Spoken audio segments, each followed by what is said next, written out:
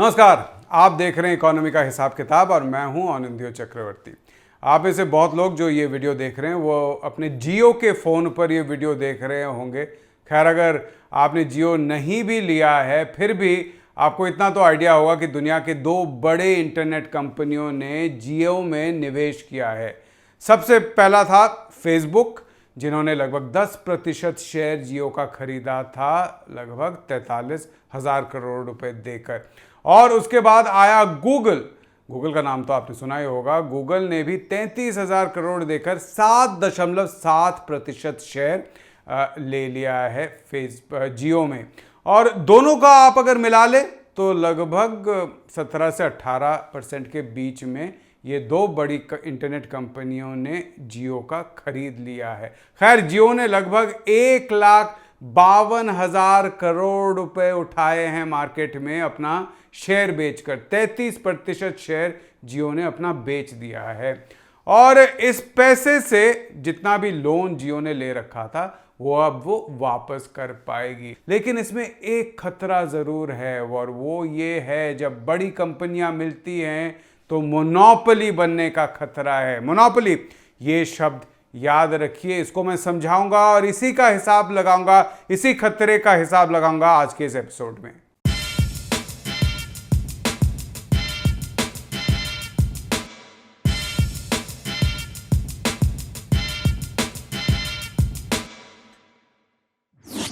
अब आप देखिए, 1991 से लगभग हमें एक सपना दिखाया जा रहा है कि आपके पास अगर हुनर है, टैलेंट है, तो आपको कोई नहीं रोक सकता। चाहे आप गरीब घर से आए हो, चाहे आप सेठ के घर से आए हो, आपके लिए मार्केट बिल्कुल सेम है। आप अपना बिजनेस खोलिए, टैलेंट दिखाइए, हार्डवर्क कीजिए और आपके पैसे बनने ही बनने हैं। अर्थशास्त्री भी आपको यही कहते हैं। आप अगर स्कूल में इकोनॉमिक्स पढ़ चुके तो आपको यही बताया गया होगा कि मार्केट में सभी लोग सेम होते हैं भैया।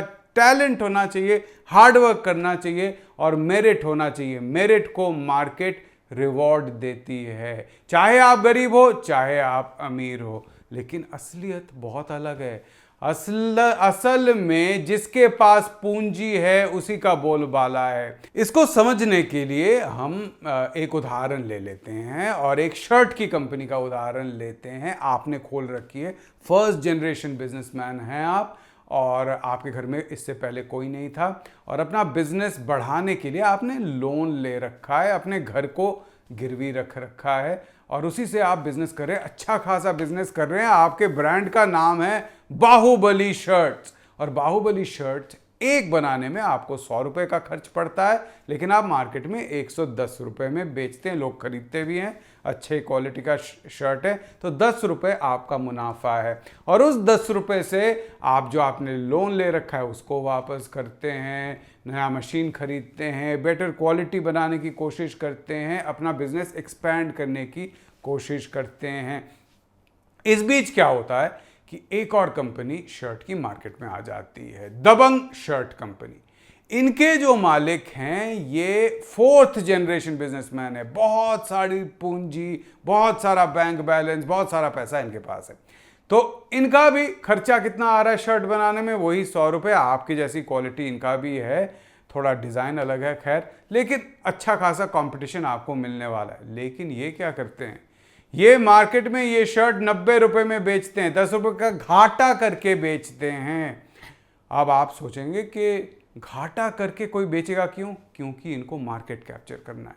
इनके पास इतने पैसे हैं, ये जो दबंग शर्ट कंपनी वाले हैं, कि ये 2 साल तक घाटा लेकर भी सस्ते में बेच सकते हैं और मार्केट कैप्चर कर सकते हैं।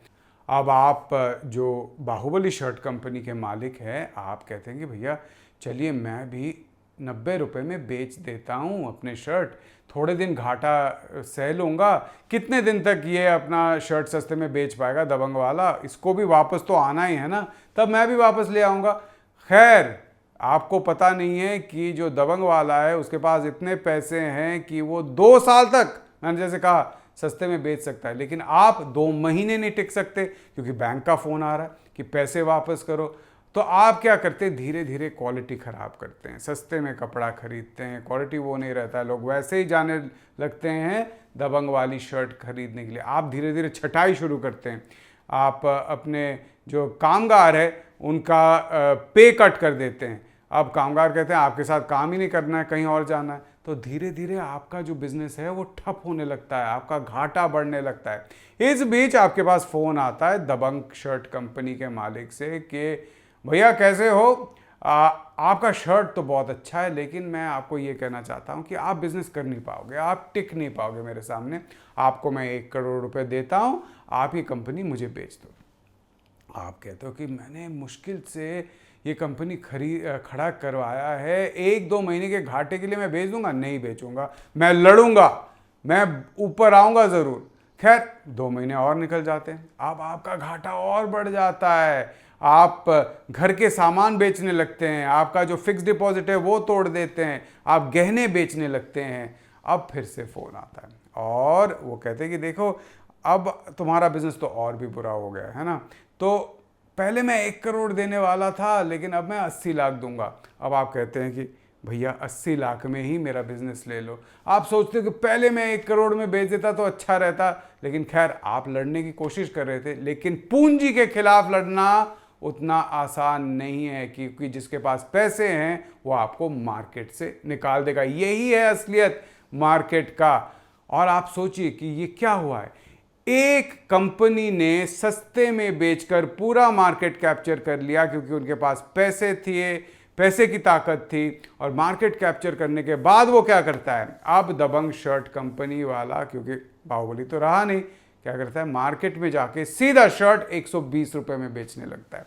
90 में बेच रहा था, 120 में बेचने लगता है। आप उपभोक्ता जिनकी चांदी हुई थी पहले 90 में खरीद रहे थे, आपके पास अब और कोई ऑप्शन ही नहीं है, आपको 120 में ही खरीदना है, यानी आपके अच्छे दिन गए। ये तो सिर्फ उपभोक्ता की बात हुई, लेकिन आप देखिए कि इसके साथ कामगारों पर भी असर क्या पड़ता है। कामगारों पर असर क्या है, जब बाहुबली शर्ट कंपनी बंद हो गई, मर्ज हो गई दबंग के अंदर, तो दबंग वालों को उतने कामगारों की ज़रूरत नहीं पड़ी। जो एडमिन के लोग हैं उनको कहा कि आप लोग जाइए, आपकी ज़रूरत नहीं है।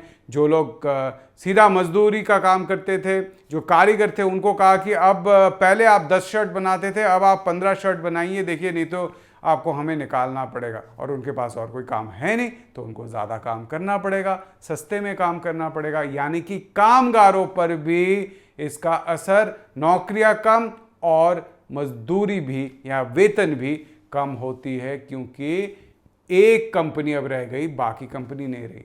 अब तीसरा है सप्लायर, जिनसे ये कंपनी कच्चा माल खरीदती है।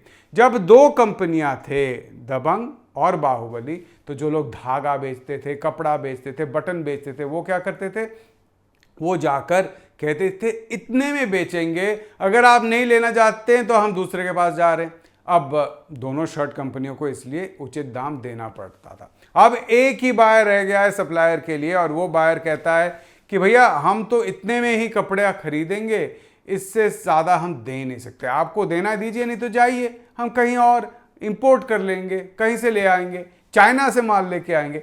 तो सप्लायर को भी क्या करना पड़ता है, अपना दाम घटाना पड़ता है। जब एक कंपनी रह जाती है किसी भी इंडस्ट्री में, उसको मोनोपोली कहा जाता है, और वो मोनोपोली किसी तरीके से भी आपको चॉइस नहीं देती है। वो मोनोपोली सब कुछ कंट्रोल करती है, वो किसी भी दाम पे आपको बेच सकती है चीज़ें, क्योंकि आपके पास और कोई ऑप्शन नहीं रहता है। ये पूंजी का खेल है, बड़े पूंजी का खेल है। खैर शर्ट में अगर मोनोपोली बन जाए तो उतना प्रॉब्लम नहीं होगा शायद, लेकिन डेटा या डिजिटल, जो कि खुद मुकेश अंबानी जी कहते हैं कि अब फ्यूचर का ऑयल है, जो पिछले शतक में पेट्रोल ने काम किया था, वो अब डेटा करने वाला है, वही काम, वही वेल्थ है, वही दुनिया की पूंजी है, वही दुनिया की संपत्ति आने वाले दिनों में होने वाली है। उसमें अगर मोनोपोली हो गई तो आप देखिए कि कैसा कंट्रोल होगा। रिलायंस में रिटेल भी है, रिलायंस जो है वो छोटे छोटे किराने के दुकानों को साथ में लाकर उनको एक प्लेटफॉर्म में लाने की कोशिश कर रही है। इसमें भी बहुत लोग खतरे की घंटी देख रहे हैं, उसको भी समझने की ज़रूरत है। वहाँ पर भी अगर मोनोपोली तैयार हो गई तो किस किस को परेशानी होगी ये भी सोचने की ज़रूरत है। और ये सोचना सरकार का काम है, सरकार का काम है इस पर अंकुश लगाना, रेगुलेट करना, सिर्फ बढ़ावा देना नहीं। खैर इस वक्त तो लग रहा है मोदी सरकार जियो को सिर्फ जीने ही देना चाहती है। तो ये ज़रूर सोचिएगा कि अभी अगर आपको कोई चीज़ सस्ता मिल रहा है तो आने वाले दिनों पर आप पर क्या असर पड़ेगा, उपभोक्ता के तौर पर आप पर क्या असर पड़ेगा, इकोनॉमी पर क्या असर पड़ेगा, ये सोचिए। अगले एपिसोड तक गुड बाय।